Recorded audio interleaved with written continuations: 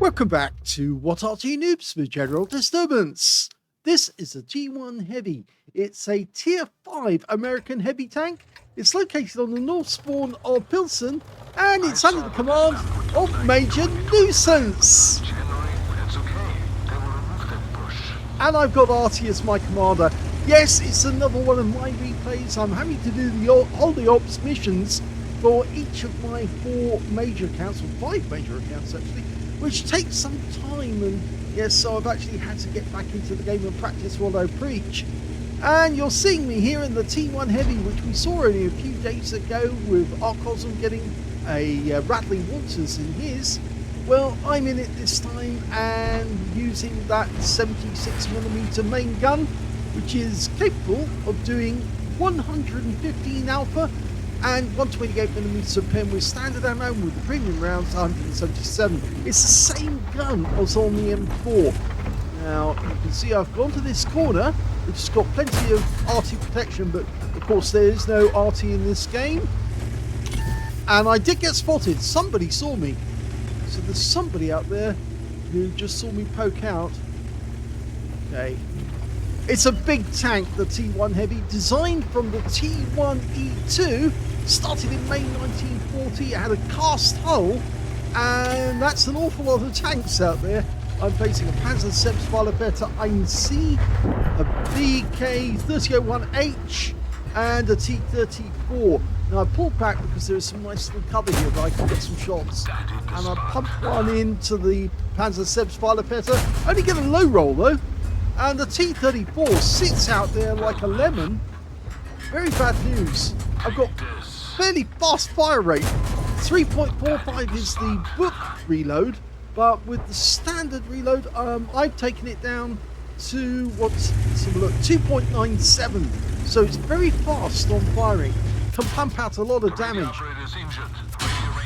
Okay, well, we've taken some damage, and yeah, it's the KV-1SA, the autoloader, and I'm pulling back because obviously I realised his fire rate was going to be fine, and so I needed to get back in cover. I've lost my radio operator, but the radio operator is not really necessary at this point. Okay, the VK poked, and I put a round through the top of his roof. And oh, we saw an M5A1 going past in the distance.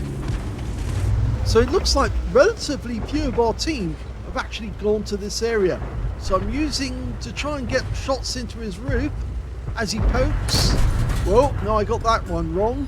But yeah, he was encouraged by the fact I fired and missed. And he got me in the tracks instead. Now, so long as you keep your front end to the enemy, the armour is actually quite thick at the front. It's weak on the sides. So you don't want to show the sides to anyone. But if you can get shots on the enemy, do it from the front. Okay, so I'm going to have to let this one fully dial in. Yes, get a nice hit. Low roll though for 112. The M8A1 says, no, I don't want to get hit again, because it would take him out of the game. And so he pulls back. Can I get another shot? Be nice if I could poke out, stick your head up, lift your chin a little, and I'll whack it. He doesn't want to come out to play. Okay, well I'll deal with the BK instead. Okay, and there's that KBS1. Okay, it's a one shot now, so I can just take him out. There you go. So yes, he got that wrong. We've got an event, but it's nearby inside the factory area. And the BK is now distracted. He knows I'm coming. Hello! That's 1. 2 through the side. 3, third to kill. Yeah, he knows it. He stuck his gun up. He knew that there was no way that he could survive that. Okay, so I've dealt with that problem, and in fact, actually, the M8A1 has been dealt with, so I really don't need to poke out this corner. Yep, he's no longer around. He's been killed. But I noticed the Matilda behind me, actually. And so I quickly do a U-turn. And now I'm going after the Matilda, who's exchanging fire with our M10 RBFM. And the M10's got the better of him. Now, this thing never saw action in Europe.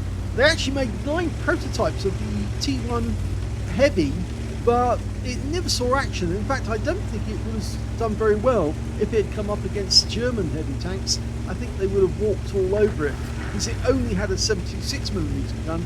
It really needed a 90mm, and the M6 would have been better, and that was a development from this tank. But of course, that came very, very late in the war, and too late for the Americans to put it in the field. Plus, of course, there was problems with the fact that they wouldn't have had all the spares they need. T67 at distance. Yeah, first shot in.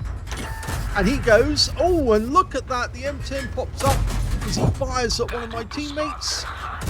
And one more to kill. And he dies before I can get a shot off. There's only 2 left on the enemy team now.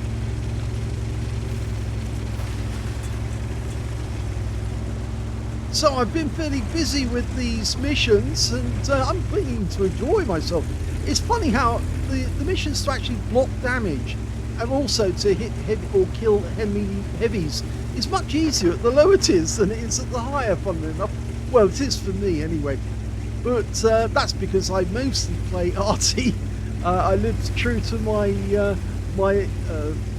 founding, you might say, not founding, but my likes. And I prefer playing Arty to just about any other class. It's just so much fun. Anyway, that M5A1 Stuart's up there, and I want to get rid of him as quickly as I can. This thing doesn't go very fast. Its top speed is 35.4 kilometers an hour, and on this machine, well, I've got a rammer and I think vents, and also a hardened shell. I've forgotten what the term is now. So I've got a hardened shell, so I've got more hit points than I should have. But anyway, there's the M10, the enemy team. He spots me very late, pumps one into me. Now he's a one-shot. And there you go. Now I'm not going to catch the M5A1, so I need to get back to the gap, because there's absolutely no way that we're going to be able to chase him down. None of our teammates are fast enough to catch up with an M5A1, and just simply no point. He'd walk all over us in a chasing contest. So we might as well just go back into the cap and cap out quickly so we can get into another game. So, yes, the T1 Heavy is actually good fun if you know how to handle it. As long as you keep front to the enemy, you can bounce around. So you can see there were a few shots hit the front of the vehicle and they did bounce off. In fact, there was some at the rear as well, because that's a cast hull. Because it's cast, it's a lot stronger than other hulls. And yeah, remember to leave the cap, because of course we're going to park ourselves over this corner, which will protect the M10 from enemy fire or incoming fire. And he's actually at the other end, so he's in the cap, and there's no way we're going to get up there in time, so we might as well just stay here, and we've capped out. And that's it, game over. Here's the end of battle stats, and you can see that I don't play the T1 Heavy that much on my account, because this is the first time I've actually had a second class tanker. In fact, I reckon I've probably played, what, 1 mission, maybe 2, in this vehicle in its entire time on my account. And so second class, this is the first time I've got one. I also got a fire for effect for doing more damage than the hit points of my own vehicle, a master gunner for getting 5 armor penetrating shots in a row, duelist for taking down 2 tanks who damaged me, and a bruiser medal for getting at least 5 critical hits. In fact, that's exactly what I got. I also got the high caliber for dealing the most damage in the game, and that was handy because that was one of the missions I had to do today to get the highest damage in any game. And also a steel wall for blocking the most damage in the game. And I did that just simply by keeping my face to the enemy. So long as the enemy couldn't shoot into my sides, I was okay. My win rate from this one was 7,169, which is super income standard. Let's have a look at the team score. Well, the highest damage was 1,818 hit points. Second highest actually turned out to be the VK3001H on our own team with 1,600. And in third place, the M10 RBFM with 1,579. When it came to kills, I shared the second place because the enemy M10 managed to get 4 kills. I think that was the guy who was out in the coal yard, so we can check that because that was the one I killed. And yes, it is actually, funnily enough, the guy out in the coal yards was the one who was shooting all our teammates up.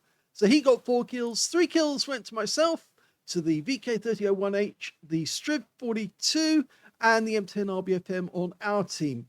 And when it came to base XP, I got that one. 1004 was mine. 786 went to the VK3001H, and 733 to the M10 RBFM.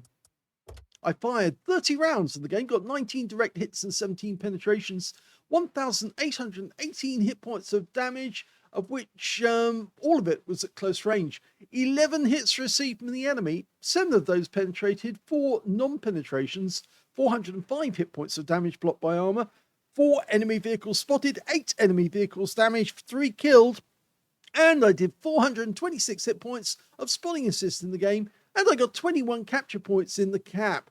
Now, on a free-to-play account, we actually made 36,217 credits from that game.